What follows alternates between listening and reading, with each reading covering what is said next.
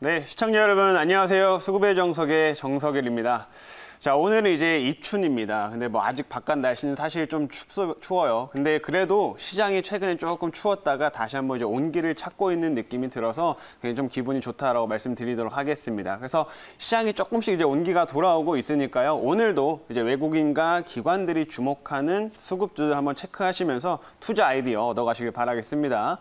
자, 그러면 오늘도 시장부터 한번 살펴보도록 할게요. 자, 시장 수급을 먼저 보면은, 자, 오늘도 역시나 일단 개인 투자자들이 전반적으로 양시장 모두 사고 있는 모습입니다. 그러면서 이제 외국인들은 코스피에서 좀 순매수를 좀 보여주고 있는데, 오늘은 이제 장시작부터 이제 기아차 관련된 그리고 애플카 관련된 이슈들이 좀 있었죠. 그래서 오늘 초반부터 이제 개인들의 수급들이 다 이제 대형 자동차 관련된 종목들, 중소형 자동차 종목들로 많이 몰리게 되면서 시장의 상승을 좀 이끌어 줬었습니다. 그래서 지금은 소폭 그 상승폭이 좀 반납이 되긴 했으나 어제 미국 시장을 보게 되면 이제 IT 기업들의 실적 발표가 굉장히 또 호실적을 좀 보여줬고요. 게다가 미국에서도 추가적인 경기 부양책에 대한 내용이 다시 한번 기대감을 좀 만들어주는 이슈가 부각이 됐기 때문에 오늘 상승이 조금 줄어든다고 하더라도 조금 숨고르기 가는 흐름이다라고 좀 생각이 들고요. 뭐 큰 폭의 좀 하락이나 이런 부분들은 좀 제한적일 거다라고 생각이 많이 듭니다. 그래서 그런 부분들 참고하시면서 한번 오늘 투자 한번 결정해 보시면 좋을 것 같습니다.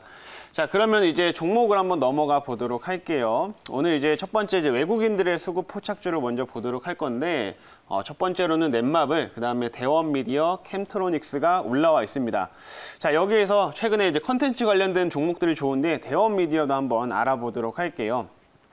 자, 대원미디어 같은 경우에는 애니메이션을 제작을 하고요. 뭐 캐릭터 이제 라이센싱 사업을 좀 담당을 하는 업체이기도 하고 이제 유통 관련돼 가지고는 뭐 닌텐도를 유통을 하고 그다음에 캐릭터 뭐 완구 이런 것들을 이제 유통하는 사업을 갖고 있습니다. 그리고 자회사로 핵심 자회사가 하나가 있는데 이제 대원 CI라고 해가지고 이제 만화 출판 업계에서 이제 시장 점유율 한 3위 안에 이제 손가락 3개 안에 드는 대원 CI라는 또 자회사까지 보유하고 있기 때문에 이런 좀 골고루 컨텐츠 관련된 사업, 유통 관련된 사업을 진행하는 회사다라고 보시면 될 것 같아요. 자, 근데 이 업체가 최근 들어 다시 한번 좀 주가가 조금씩 올라오고 있는 모습인데 전반적으로 이 대원미디어뿐만 아니라 웹 콘텐츠 관련된 사업을 하는 업체들의 좀 실적이 좀 고성장의 기대가 되기 때문입니다. 지금 웹 콘텐츠라고 하면은 뭐 웹툰이나 뭐 웹소설 이런 거를 이제 의미하게 되는데 지금 이런 콘텐츠 제작자들 혹은 콘텐츠 공급자들의 몸값이 예전보다는 많이 달라지고 있어요. 그 배경이 뭐냐면 네이버와 카카오가 이제 플랫폼을 전반적으로 확대하고 있다라고 이제 보시면 될 것 같은데 카카오 같은 경우에는 뭐 카카오 페이지를 통해 가지고 뭐 일본이라든지 혹은 전반적으로 글로벌적으로 이제 그 시장을 확대해 나가고 있다라고 보시면 될 것 같고 네이버 같은 경우도 이제 국내에서 웹툰이 워낙 유명하지만 최근에 이제 북미 쪽의 웹툰과 뭐 웹소설 업체들이 또 인수를 하게 되면서 이런 플랫폼을 전반적으로 확대시켜 나가고 있습니다. 그래서 여기에 이제 컨텐츠를 공급을 해주는 이런 컨텐츠 제작자, 컨텐츠 이제 공급자 같은 경우에는 몸값이 조금씩 달라지고 있다라고 보시면 좋을 것 같고요.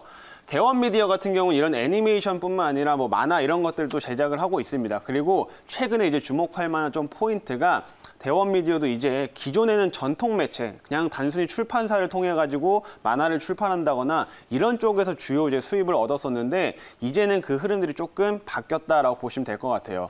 최근 분기부터는 이제 온라인을 통한 이런 판매가 판매 비중이 45%까지 지금 증가했다라고 보시면 될 것 같은데 기존 전통 매체에서 이제 온라인 쪽으로 좀 안정적인 성공을 변화가 좀 나타났다라고 보시면 좋을 것 같습니다. 그리고 자체적으로도 지금 뭐 웹툰이라든 이런 것들은 올해 한 6편 가량 이제 만들 예정이기 때문에 자체 애니메이션에 대한 그 판매가 좀 더 증가하게 되면은 훨씬 더 수익성 측면에서 더 유리해질 수 있다라고 보시면 좋을 것 같습니다. 그래서 이런 부분들로 인해서 대원미디어가 최근에 다시 한번 조금 올라가고 있다라고 보시면 좋을 것 같고요. 그다음에 올해 또 기대해 볼 수 있을 만한 게 이 완구 유통 사업입니다. 아까 이제 유통 사업으로는 닌텐도와 이제 완구를 유통한다고 했는데 닌텐도는 작년에 이제 동물의 숲이라는 게임이 출시가 되면서 한번 흥행을 쭉 했었죠. 그 흐름들 때문에 실적이 좋아지기도 했었는데 올해는 완구에 대한 기대감이 좀 있습니다. 왜냐하면 이 업체가 지금 진행하는 게 뭐 디즈니라든지 혹은 뭐 마블 캐릭터 관련된 완구 제품들을 이제 판매를 하게 돼요. 근데 지금 올해 뭐 디즈니도 그렇고 마블 같은 경우도 영화가 지금 개봉을 좀 앞두고 있습니다. 그래서 올해 마블 같은 경우에는 지금 한 개봉을 한 3편 정도 앞두고 있는 상황인데 이런 영화가 흥행을 하면 동시에 관련된 완구 제품들이 잘 팔리는 효과가 좀 있기 때문에 그 부분에서도 완구 부분이 실적이 좀 개선될 수 있다라고 보시면 좋을 것 같아요. 그래서 이런 컨텐츠 부분과 완구 부분이 조금 부각이 되면서 최근에 외국인들의 수급까지 같이 들어오고 있다라고 보시면 좋을 것 같습니다. 자, 그러면 이 종목도 한번 수급을 한번 체크를 좀 해볼 텐데 한동안 뭐 외국인들의 매수가 엄청 크게 들어온 건 아니었습니다. 조금씩 들어오다가 최근 들어 다시 한번 조금씩 이제 큰 폭의 매수가 집중이 되고 있고 또 컨텐츠 관련된 종목들로 전반적인 수급이 같이 유입되고 있는 상황이기 때문에 대형 미디어도 이쪽 수급이 계속 지속적으로 이어질지 한번 계속 체크해 보시면 좋을 것 같습니다. 자, 그래서 첫 번째로 이제 대원 미디어 알아봤고요. 이제 두 번째 이제 기관의 수급 포착주 한번 알아보도록 하겠습니다. 자, 기관의 수급 포착주로는 메탈라이프, SJ그룹, 그다음에 롯데칠성이 올라와 있는데 우리한테 조금 익숙한 기업이죠. 롯데칠성 한번 알아보도록 할게요. 자, 롯데칠성은 여러분이 다 잘 아시는 것처럼 이제 음료를 만듭니다. 음료를 제조하고 그다음에 주류도 이제 같이 만드는 회사인데 음료는 뭐 칠성 사이다, 그다음에 뭐 펩시콜라, 그다음에 뭐 주류 쪽은 처음처럼 이제 이런 거를 이제 만드는 업체라고 보시면 될 것 같습니다.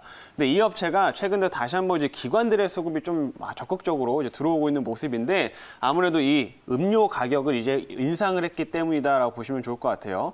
이제 2월 1일부터 지금 롯데칠성의 전반적인 이제 주요 이제 음료 제품들의 가격이 다 인상을 했습니다. 그래서 평균적으로 한 4.7% 가량 인상을 했고요. 롯데칠성 같은 경우에 그 칠성 사이다 같은 경우에는 뭐 한 6.6% 정도 가격 인상을 했고, 그다음 펩시도 한 6.3% 정도 이제 가격 인상을 했습니다. 그래서 이런 주력 제품들이 가격을 인상하게 되면서 사실 이게 소비자 입장에서 보게 되면 조금 안 좋을 수는 있지만 기업 입장에서 생각을 해보게 되면 결국엔 수익성이 좋아지는 구조이기 때문에 이 부분의 모멘텀을 받고 있다라고 보시면 좋을 것 같아요. 실제로 롯데칠성이 지금 주류 음료의 이제 가격을 올린 게 2015년에 한번 올리고 나서 지금 6년 만에 지금 다시 한번 올린 거거든요. 근데 2015년에 가격을 인상했던 당시에 그때 그 해 실적이 좋아지면서 주가가 한 60%, 70%가량 상승하는 흐름들이 있었습니다. 그래서 그런 부분들이 이제 다시 한번 좀 재개될 수가 있기 때문에 다시 한번 기관들의 수급들이 포착이 되고 있다라고 보시면 좋을 것 같고요. 그다음에 음식료가 워낙 또 이제 밸류에이션이 지금 그 저평가를 좀 받았었기 때문에 그 부분도 지금 다시 한번 부각이 되면서 조금씩 상승 흐름들로 돌아서고 있다라고 보시면 좋을 것 같습니다. 자, 그다음에 주류 쪽도 이제 모멘텀이 있는데 주류 쪽으로는 이제 맥주 OEM 시장이 전반적으로 확대되고 있다라고 보시면 좋을 것 같아요. 자, 이 부분은 뭐냐면 작년에 이제 우리나라 정부에서 주류 규제 관련된 개선 방안을 발표를 했습니다. 근데 이제 여기서 주요 골자가 뭐였냐면 이제 그 주류를 만드는 회사들이 원래는 기존의 자사의 제품들만 만들 수가 있었는데 뿐만 아니라 이제 실제로 외주를 받아도 된다라는 부분들을 좀 개선을 해줬어요. 그래서 이런 부분들이 이제 개선되면서 올해부터는 공장 가동률이 높아질 수 있다라고 보시면 좋을 것 같고, 롯데칠성은 실제로 곰표 맥주 아시죠? 최근에 유명한데 이 곰표 맥주의 OEM을 지금 계약을 체결했기 때문에 이 부분에서도 수익성이 좀 좋아질 수 있다라고 보시면 좋을 것 같습니다. 그래서 이런 부분들이 좀 같이 부각이 되면서 기관의 수급까지 같이 들어오고 있는 종목이니까요. 중장기적으로 좀 접근하기 좋은 종목이다 이렇게 말씀을 드릴게요. 자, 기관의 수급 포착주까지 한번 좀 알아봤고요. 이제 제 종목 한번 리뷰해보는 시간 한번 가져보도록 하겠습니다. 얼마 전에 이제 포착을 했던 종목인데 이제 리뷰 덕산네오룩스라는 종목이 있어요. 그래서 덕산네오룩스라는 종목을 한번 리뷰를 해보도록 할게요. 지금 1월 28일에 포착을 했기 때문에 지금 이제 제가 여기서 편입을 한 지 뭐 한 4거래일 정도밖에 되지 않았습니다. 근데 최근에 좋은 흐름들을 보이면서 지금 한 10% 가깝게 상승률을 나타내고 있는데, 제가 덕산네오룩스를 말씀드렸던 그 투자 포인트로는 OLED 시장이 이제 본격적으로 확대되고 있다라고 말씀을 드렸어요. 첫 번째로는 이제 OLED 제품이 좀 더 다각화되고 있다라고 말씀드렸는데, 스마트폰에 뭐 아이폰도 마찬가지고 스마트폰에 적용되는 OLED가 점점 증가되고 있는 상황이죠. 게다가 올해부터는 노트북, 삼성전자가 이제 올해부터 그 OLED 노트북을 한 10종 정도 이제 출시할 거기 때문에 이 부분에서도 이제 OLED가 수혜를 많이 받을 수 있다라고 말씀을 드렸습니다. 그리고 이제 그러면서 이제 자연스럽게 덕산네오룩스가 생산하는 유기물 소재나 이런 것들의 출하량이 증가될 수 있는데, 실제로 최근에 실적이 좀 계속 개선되고 있는 모습이었고요. 이런 그 실적 개선에 대한 기대감이 여전하기 때문에 다시 한번 최근에 주가가 쭉 올라가고 있는 모습을 보여주고 있어요. 그래서 이 종목을 좀 차트를 좀 더 보면서 구체적인 전략을 좀 짜드리도록 할 건데, 자, 제가 이제 편입을 했을 때 약간 하락이 나왔을 때 약간 눌림목 자리에서 이제 편입을 해드렸습니다. 그리고 나서 그 다음날 이제 시장이 조금 이제 충격을 받으면서 하락이 나왔지만 바로 회복을 하는 모습을 보이고 있고요. 오늘도 비교적 조금 소폭 하락하고 있지만 그렇게 큰 폭의 하락보다는 자연스러운 눌림목을 형성하고 있다라고 보시면 좋을 것 같아요. 그래서 이 종목 같은 경우에는 최근에 뭐 삼성에서도 이제 OLED 중소형 쪽에 투자를 한다라는 얘기도 다시 나오고 있는 상황인 만큼 좀 지속적인 목표가까지 홀딩이 가능하다라고 말씀을 드리고 싶고요. 그래서 목표가 제가 4만 원 일단 제시해 드렸으니까 1차 목표가까지는 그대로 유지해 주시길 바라겠습니다. 자, 그러면 이렇게 리뷰까지 한번 맞춰봤고요. 오늘 수급 포착주 한번 말씀드리도록 하겠습니다. 오늘 제가 제시할 종목은 오랜만에 이제 수소 관련 종목인데 효성중공업이라는 종목을 가지고 와봤습니다.